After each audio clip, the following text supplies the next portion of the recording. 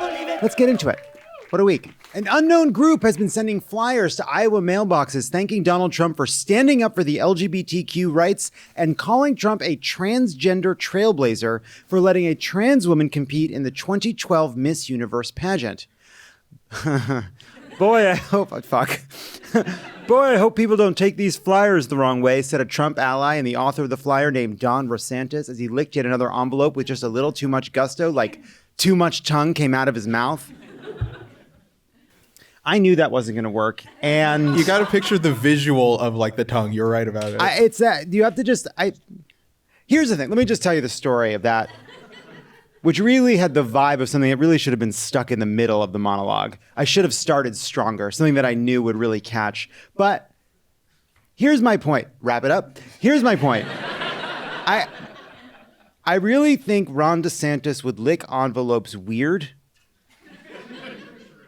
In a way that suggests like he hasn't really done it and hasn't had sex. Does that make sense? That's what that was meant to give you. Anyway, whoever's mailing these flyers, they have their finger on the pulse. Poll after poll has shown that when the average Iowan family sits down at the dinner table, the number one issue on their minds is what the eligibility requirements were for the 2012 Miss Universe competition. Okay. In other Trump news, the former president suggested the now infamous bag of cocaine found at the White House belonged to Biden and his son, writing on Truth Social, the cocaine was for use by Hunter and probably Crooked Joe in order to give this total disaster of a president a little life and energy.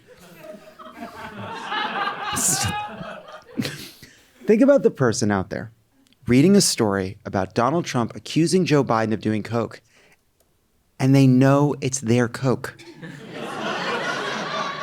What does that feel like? You can't come forward. Like, you may entertain for like 1 second, like maybe I should just come clean. I got to just tell people. But that's a joke. That's something you say to yourself to give yourself the illusion that you'd consider it. You'd never do it. It's stupid. They'll throw the fucking book at you. They got to make an example of the person that leaves coke at the White House. They can't just pretend it didn't happen. So no, you try to keep it a secret. And there are really two kinds of people in that situation. The kind that can really tell no one and just like eat the secret, you know? You have friends like that. They can eat a secret. Just eat it. And then there's the kind of person that has to tell someone. I would be at a dinner with a friend and I'd be weird the whole dinner, just like quiet, like not participating enough. And then right when the check came, I'd blurt it out. It's my coke, the White House cocaine. It's mine. Oh my fucking God. Oh my God. It's my coke. It's my coke. That's why I've been weird all night. That's why I haven't said anything. I didn't want to tell you that. I knew I was going to tell you. I had to tell you it's my fucking coke. Anyway, if Trump fucks up and starts calling Biden Cocaine Joe, that's it. We win. It's great.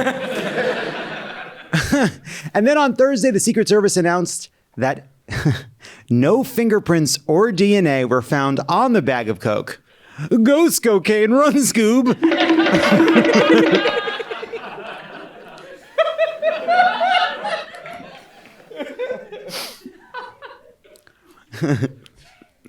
Janet Yellen Twitch and be like, oh no, we'll never know whose it is. She had a rough couple months. Wouldn't begrudge her. Dealing with that debt ceiling, trying to find money to keep the government open. She didn't know we were going to make a deal. Little Treasury marching powder.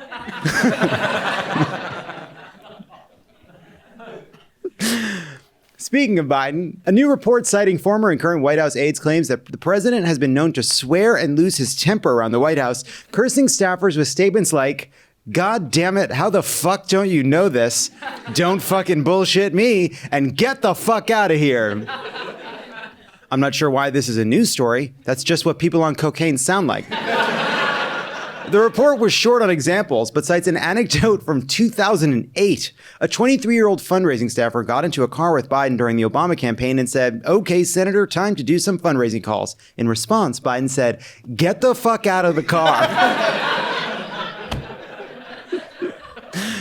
In Biden's defense, this is the normal, biologically healthy response to any 23-year-old trying to tell you what to do. It's a very funny one because anyone, these politicians, they don't like doing the fundraising calls. That's the part of the job they hate. They got to call, they got to schmooze, they got to work in the ass. They don't want to do it. They don't want to do it. Get out of the fucking car.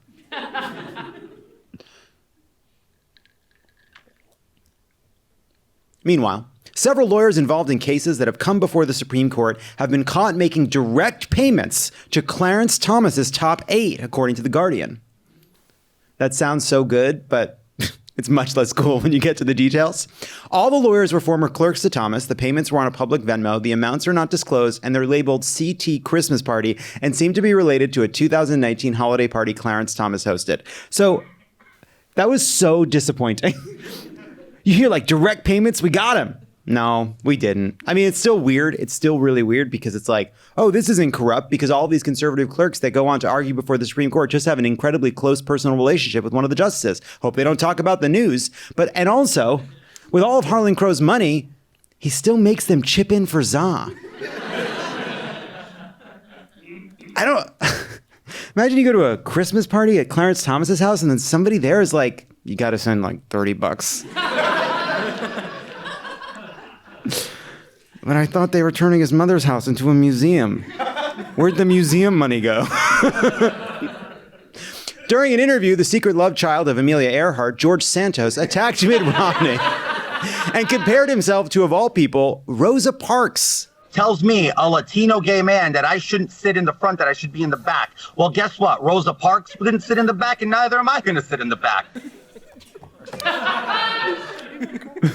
Two people. I won't sit in the back.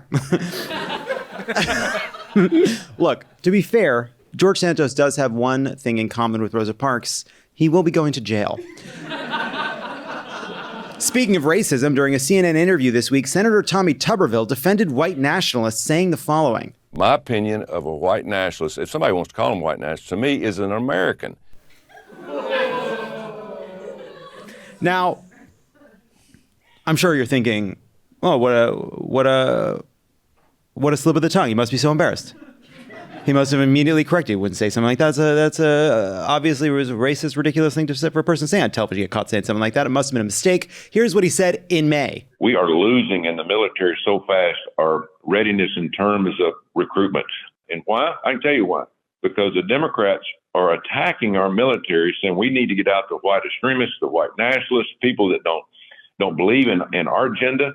So after an outcry, which almost feels quaint at this point, Tuberville walked back his statement, telling reporters at the Capitol, white nationalists are racists.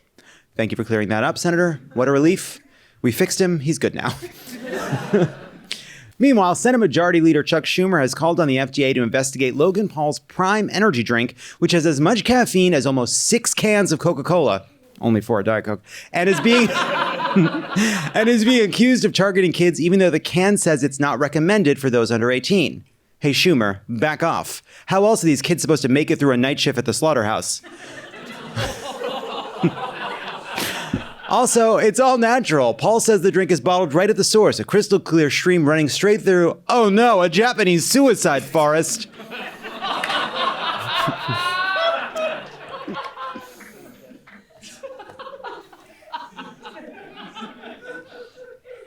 Earlier this week, details on Vladimir Putin's ghost train were leaked by a London-based group backed by Kremlin critic and exiled oil tycoon Mikhail Khodorkovsky. The train has a fully equipped gym, a skincare and massage parlor with anti-aging machines, a Turkish bath, steam room, and a movie theater. All right, cool. Well, our president is 80 and is up in the White House ripping lines off the bones of Abe Lincoln. So eat shit, Putin.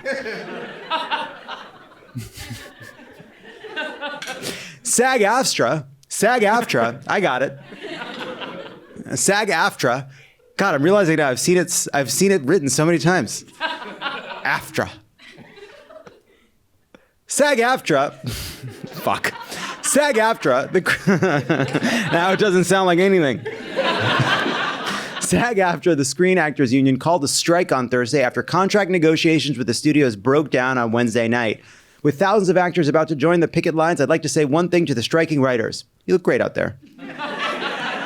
Don't even worry about it. You look fine. I want to see like hot dummies, handshake, anxious weirdos. You know what I mean? SAG-AFTRA president, a name that makes everyone go, huh? Really? Cool. Fran Drescher went off on the studios at her press conference. How they plead poverty. Poverty. That they're losing money left and right when giving hundreds of millions of dollars to their CEOs. It is disgusting. Shame on them. They stand on the wrong side of history at this very moment. Sadly, the studios were only emboldened by the speech, as Fran Drescher saying "you're disgusting" is David Zaslav's kink. The web space. I mean, it's just like. Fran Drescher was so cool in that press conference. And it's like, there were all these stories in the past week that like she was in Italy, like doing some event for like Dolce & Gabbana or something. And everyone's like, Fran Drescher, what's going on? And then it's also like actors. The industry hinges on actors. Oh no, I don't trust them, you know? Just like, I hope they do it. And then they fucking did it. Good for them. Those sweet hot dummies. Can't wait to see them out there. They are gonna put on such a performance at these picket lines. Oh my God. If you think the actors doing their if you think the writers doing their selfies was a lot, just wait until you see the actors out there just making moments left and fucking right. It's gonna be unbelievable. It is gonna be an Oscar campaign out there every fucking day. Just actor after actor diving for the fucking Jane Fonda megaphone. Just trying to just Ryan Gosling pushing a second actor out of the way. And it's not just gonna be people that are famous now, it's gonna be people you haven't seen in a while. They're gonna be the thirstiest of them all. It's gonna be awesome. It's gonna be fucking awesome. I'm going to show my support. O.J. Simpson said he's gonna be out there. That is the only time you will find in your whole fucking life that you can go on a walk with O.J. Simpson and it's cool. Do you understand how crazy that is? You can be out there, I'm like, who are you walking with? The cast of Bones and O.J. Simpson. And it's cool. Hey, O.J., great to have you out here. Solidarity? Does he still get naked gun checks? Probably, because that's how it used to work. He's got a house in Brentwood from the Naked Gun. That's why they're striking. Not for him. The Webb Space Telescope in Cape Canaveral released a stunning photograph this week, witnessing the birth of 50 baby stars in a stellar cloud.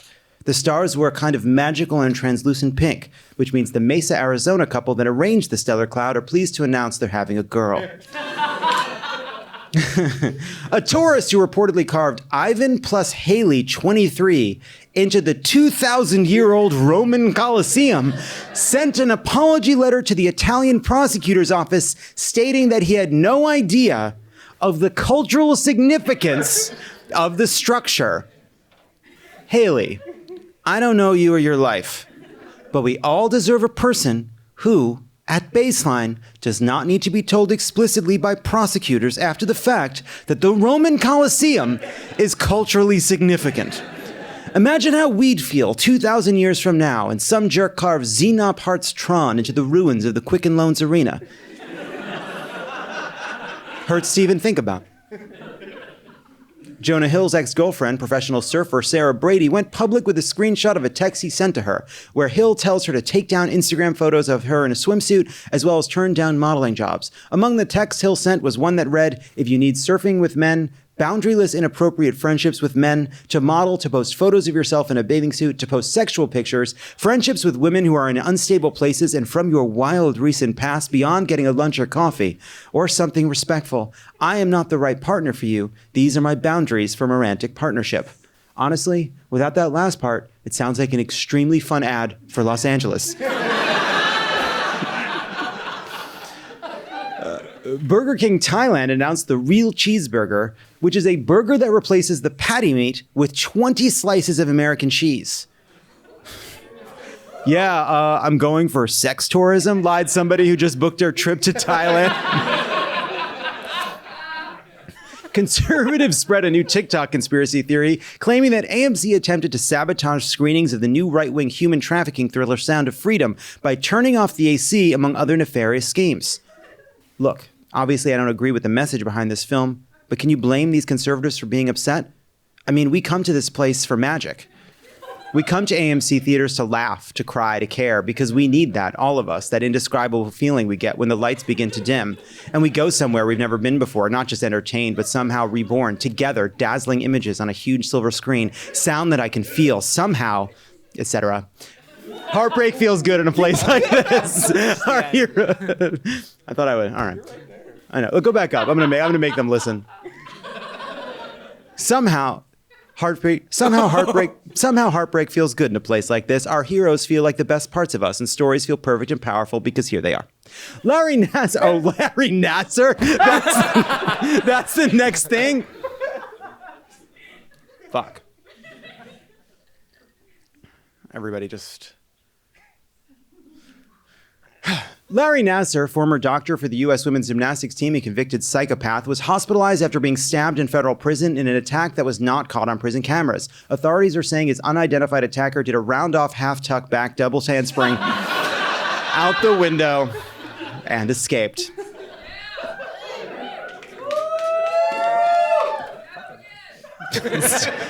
Yeah, stab him again. Okay. And finally, for the first time, an openly trans contestant was crowned Miss Netherlands last weekend and will represent her nation at the Miss Universe pageant. It's so unfair, said an alien whose species does not have gender, from a gaseous home planet roughly the size of Saturn, shrouded in darkness, whose sensory system does not rely on what we call visible light, and whose language and culture do not distinguish between individuals, and in ways that are hard for us to process, seem not to have a conception of the self, let alone social hierarchies. And that lack of a boundary between inside and outside, between the I and the other, a distinction that has stayed with life on Earth since the first single-celled organisms, since lipids formed balls in the primordial soup, creates what we might reduce to a hive mind, though that seems to betray our own human limitations, the boundaries of our own imagination and cleverness, because these creatures have created wonders across the galaxy, driven not by a fear of death or promise of reward, not by ambition, but a higher calling that we could no sooner comprehend than a dog could understand Shakespeare. Nice tatas, though, the alien added. Or the